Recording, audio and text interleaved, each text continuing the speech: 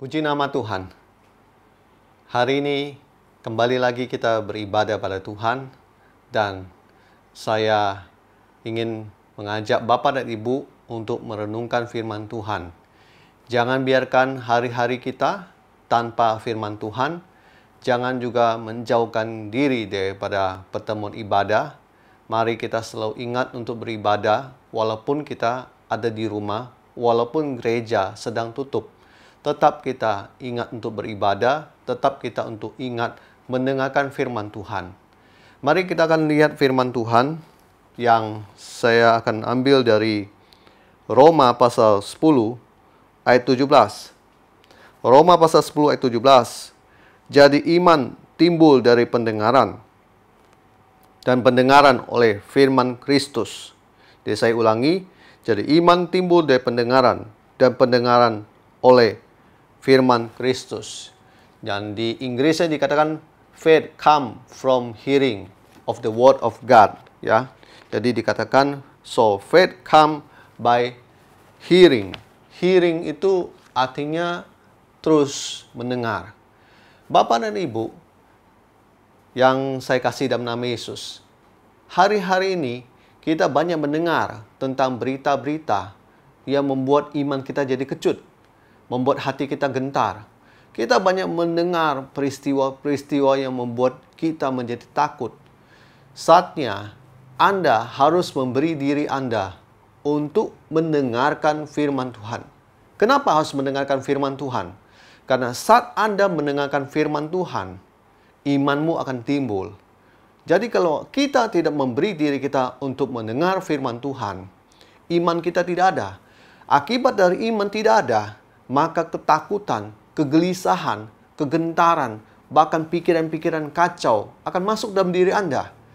Anda bisa melihat hari-hari ini di mana jarang sekali terdapat berita-berita sukacita. Jarang sekali terdapat berita-berita yang membuat Anda menjadi kuat.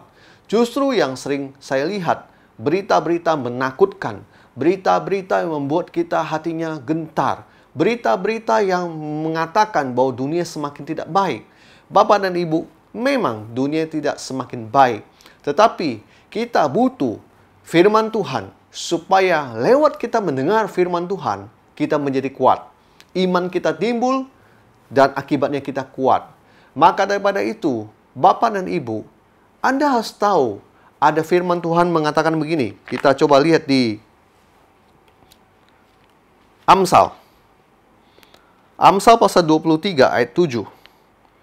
Kalau di Indonesianya dikatakan, sebab seperti orang membuat perhitungan dalam dirinya sendiri, demikianlah ia. Dan kalau kita lihat di Inggrisnya, dikatakan begini, for as he think in his heart, so is he. Saya ulangi, for as he think in his heart, so is he. Saya bisa terjemahkan demikian, sebagaimana orang berpikir dalam hatinya, seperti itulah dia. Jadi, kalau kita banyak mendengar berita-berita yang membuat hati kita gentar, berita-berita yang menakutkan, berita-berita itu masuk ke dalam pikiran kita, mengakibatkan pikiran kita negatif, mengakibatkan pikiran kita cepat gelisah, cepat takut, dan terintimidasi. Kalau itu pikiran itu masuk dalam diri kita, maka saya bisa memastikan bahwa kita akan menjadi orang yang hidup dalam ketakutan. Bapak dan Ibu, saya mau berkata, cukup sudah semua berita-berita buruk itu. Cukup sudah semua berita-berita yang menakutkan itu. Berita-berita tentang virus, berita-berita tentang orang mati, berita-berita tentang orang yang bunuh diri, apa dan sebagainya. Cukup sudah berita-berita itu. Berita-berita lagi ditambah dengan perampokan dan lain sebagainya, akibat lagi sepi jalanan dan sebagainya. Berita-berita itu jangan Bapak dan Ibu konsumsi setiap hari. Kalau itu Anda konsumsi setiap hari, itu akan masuk dalam pikiran Anda dan mengendalikan hidup Anda. Saya mau berkata, jangan biarkan telinga Anda mendengar berita-berita buruk. Saya tahu bahwa itu berita, kita memang harus tahu, kita harus dengar. Dan kita mungkin harus mengerti ada peristiwa-peristiwa apa yang sedang terjadi di sekeliling kita. Tetapi saya mau bertanya, apakah berita-berita buruk itu bisa membuat hidup Anda lebih bahagia? Justru yang saya tahu, semakin Anda banyak mendengar berita-berita buruk, berita-berita menakutkan, hidup Anda akan menjadi takut. Hidup Anda akan menjadi seperti manusia yang tidak punya damai sejahtera. Firman Tuhan sudah mengatakan, jadi sebagaimana orang itu berpikir, seperti itulah dia. Jadi kalau pikiran-pikiran negatif itu masuk dalam diri Anda akan dikendalikan oleh dia. Dan hidup Anda akan tidak ada sukacita lagi di wajah. Dan kembali lagi ke firman Tuhan yang tadi, Roma pasal 10 ayat 17. Banyak memberi diri Anda untuk duduk dan mendengarkan firman Tuhan. Apabila Anda berkata pada saya, Pak, saya tidak bisa punya semangat lagi. Jadi apa yang saya lakukan? Saya tidak bisa membaca firman Tuhan lagi, saya nggak semangat. Saya mau berkata sekarang, ada Bible audio. Jadi Anda bisa mendengarkan firman Tuhan lewat suara yang di handphone Anda, dan dia akan memberi Anda firman Tuhan lewat apa yang Anda dengar, sehingga iman Anda akan timbul dan naik. Dan kemudian Anda juga bisa melihat khotbah-khotbah Kristen yang bisa membangkitkan iman Anda. Anda juga bisa memutar di mana channel-channel kesaksian yang bisa membangkitkan iman Anda. Kemudian Anda setelah itu, Anda harus memberi waktu Anda untuk merenungkan dan membaca firman Tuhan. Supaya apa? Supaya lewat Anda baca firman Tuhan, itu suara yang Anda keluarkan, kemudian Anda dengar. Setelah Anda dengar, Anda pasti mendapat kekuatan dari Tuhan. Saya mau bilang, kalau membaca firman Tuhan tanpa bersuara, Anda tidak akan dapat kekuatan dari firman Tuhan yang Anda baca itu. Oleh sebab itu, biasakan diri Anda ketika Anda membaca firman Tuhan, baca dengan bersuara, supaya firman tersebut menguatkan Anda yang mendengarnya. Dan ketika Anda mendengar, Anda dapat kekuatan baru dari Tuhan. Semua ketakutan lama-kelamaan disingkirkan dari pikiran Anda. Semua kegelisahan lama-kelamaan akan dibuang dari hati Anda. Kenapa? Karena firman Tuhan itu menguasai pikiran dan hati Anda. Bukan lagi kegelisahan dan ketakutan.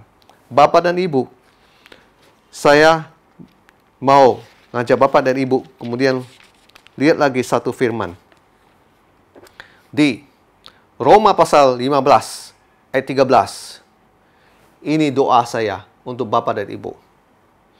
Semoga Allah, sumber pengharapan, memenuhi kamu dengan segala sukacita dan damai sejahtera dalam iman kamu, supaya oleh kekuatan Roh Kudus, kamu berlimpah-limpah dalam pengharapan. Saya ulangi lagi.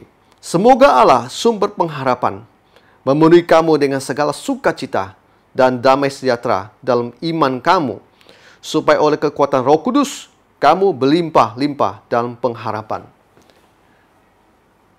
Saya percaya di masa ini, tetap kita punya pengharapan, yaitu Yesus yang kita percaya. Saya percaya bahwa di masa ini juga, Tuhan tetap menyertai kita. Doa saya kepada Bapak dan Ibu, Anda tetap kuat. Anda tetap percaya sama Tuhan Yesus. Jangan bergeser iman Anda. Apapun yang terjadi, tetap Anda percaya sama Tuhan. Tetap berharap sama Tuhan. Saya percaya semua akan baik-baik saja.